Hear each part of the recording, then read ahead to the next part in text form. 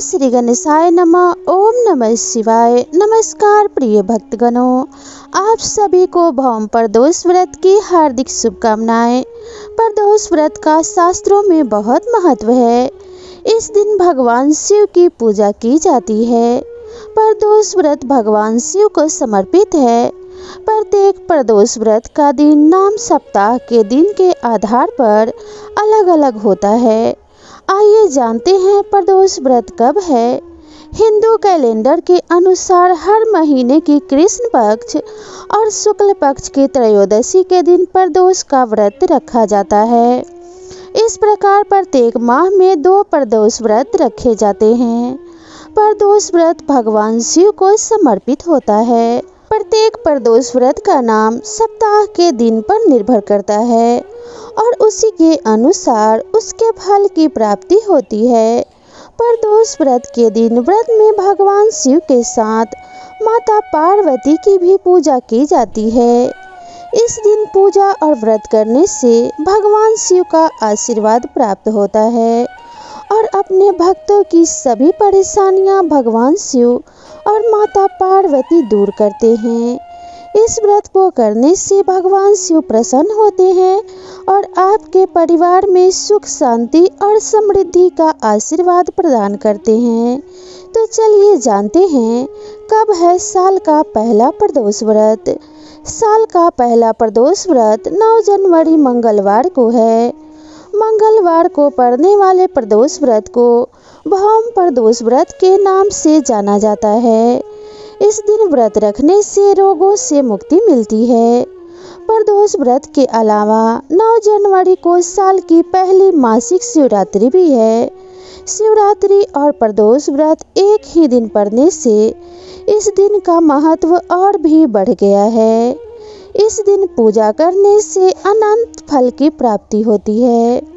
ऐसा माना जाता है कि अगर इस दिन भगवान शिव के साथ हनुमान जी की पूजा की जाए तो सभी नकारात्मक शक्तियां नष्ट हो जाती है और जीवन में सुख समृद्धि आती है।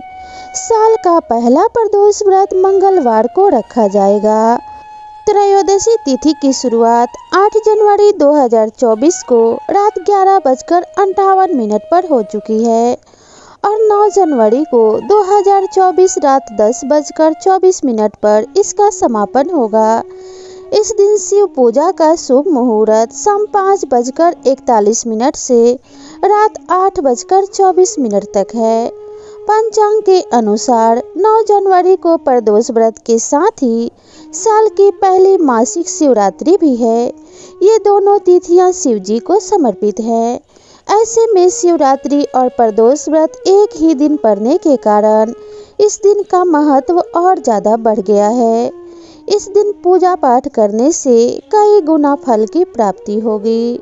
तो विधि विधान से पूजा करने के बाद भौम प्रदोष व्रत की कथा अवश्य सुननी चाहिए। तो चलिए इस कथा को शुरू करने से पहले प्रेम से बोलते हैं ओम श्री गणेशाय नमः। भौम प्रदोष व्रत के कथा के अनुसार श्री सूत जी बोले, अब मैं मंगल त्रयोदशी प्रदोष व्रत का विधि विधान कहता हूँ। मंगलवार का दिन व्याधियों का नाशक है। इस व्रत में एक समय व्रती को गेहूं और गुड़ का भोजन करना चाहिए। इस व्रत को करने से मनुष्य सभी पाप व रोगों से मुक्त हो जाता है। इसमें किसी प्रकार का संशय नहीं है। अब मैं आपको उस बुढ़िया की कथा सुनाता हूँ जिसने यह व्रत किया व मोक्ष को प्राप्त हुई। अत्यंत प्राचीन काल की घटना है। एक नगर में एक बुढ़िया रहती थी। उसका मंगलिया नाम का एक पुत्र था। वृद्धा को हनुमान जी पर बड़ी श्रद्धा थी। वह प्रत्येक मंगलवार को हनुमान जी का व्रत रखकर यथाविधि उनको भोग लगाती थी। इसके अलावा मंगलवार को ना तो घर लीपती थी और ना ही मिट्टी खोदती थी। इस प्रकार से व्रत रखते हुए जब उसे काफी दिन बीत गए तो हनुमान जी ने सोचा कि चलो आज इस वृद्धा की श्रद्धा की परीक्षा करें। वे साधु का भेष बनाकर उसके द्वार जा पहुँचे और पुकारने लगे, कोई है हनुमान भक्त जो हमारी इच्छा पूरी करे। वृद्धा ने यह पुकार सुनी तो बाहर आई और कहा कि महाराज क्या आज्ञा है। साधु वेशधारी हनुमान जी बोले कि मैं बहुत भूखा हूँ, भोजन करूँगा, तू थोड़ी सी जमीन लीप दे। वृद्धा बड़ी दुविधा में पड़ गई।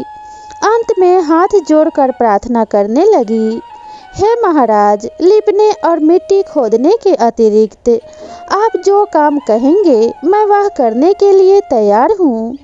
साधु ने 3 बार परीक्षा करने के बाद कहा, तू अपने बेटे को बुला और उसे औंधा लिटाकर उसके पीठ पर आग जलाकर भोजन बना। वृद्धा ने सुना तो उसके पैरों तले जमीन खिसक गई, मगर वह वचन हार चुकी थी। उसने मंगलिया को पुकारकर साधु महाराज के हवाले कर दिया, मगर साधु ऐसे ही मानने वाले न थे। उन्होंने वृद्धा के हाथों से ही मंगलिया को औंधा लिटाकर उसकी पीठ पर आग जलवाई। आग जलाकर दुखी मन से वृद्धा अपने घर के अंदर जा घुसी। साधु ने जब भोजन बना लिया तो बुढ़िया से कहा कि वह मंगलिया को पुकारे ताकि वह भी आकर भोग लगा ले। वृद्धा ने आंसू भरकर कहने लगी, अब उसका नाम लेकर मेरे हृदय को और न दुखाओ। लेकिन साधु महाराज न माने। वृद्धा को भोजन के लिए मंगलिया को पुकारना ही पड़ा। पुकारने की देर थी कि मंगलिया हंसता दौड़ता हुआ घर से बाहर आया। मंगलिया को जीता जागता देखकर वृद्धा को बहुत सुखद आश्चर्य हुआ। वह साधु महाराज के चरणों में गिर पड़ी। साधु महाराज ने उसे अपने असली रूप में दर्शन दिए। हनुमान जी को अपने आंगन में देखकर वृद्धा को लगा कि उसका जीवन सफल हो गया और इस प्रकार से उस बूढ़ी औरत से हनुमान जी बहुत प्रसन्न हुए और उसे सुख सौभाग्य प्रदान किया। वह बुढ़िया जब तक इस लोक में रही अपने बेटे के साथ सुखमय जीवन जीती रही और अंत में मरने के बाद मोक्ष को प्राप्त हुई। तो हनुमान जी के इस भौम प्रदोष व्रत के प्रभाव से सभी संकट एवं कष्ट मिट जाते हैं और सुख सौभाग्य की वृद्धि होती है। तो जो भी इस प्रदोष व्रत को हनुमान जी एवं भगवान शिव का पूजन करता है उसके जीवन से सभी व्याधियों का नाश हो जाता है और उसके जीवन में मंगल ही मंगल होता है। तो आप सभी भक्तगणों को प्रेम पूर्वक इस व्रत को करना चाहिए एवं कथा को सुनना चाहिए। इस कथा को सुनने मात्र से शुभ फलों की प्राप्ति होती है। तो आप सभी के जीवन से सभी संकटों का नाश हो जाए और सुख सौभाग्य की प्राप्ति हो, इसी कामना के साथ आपसे विदा लेते हैं। मिलते हैं नई वीडियो में नई जानकारी एवं कथा कहानी के साथ। तब तक के लिए राधे राधे।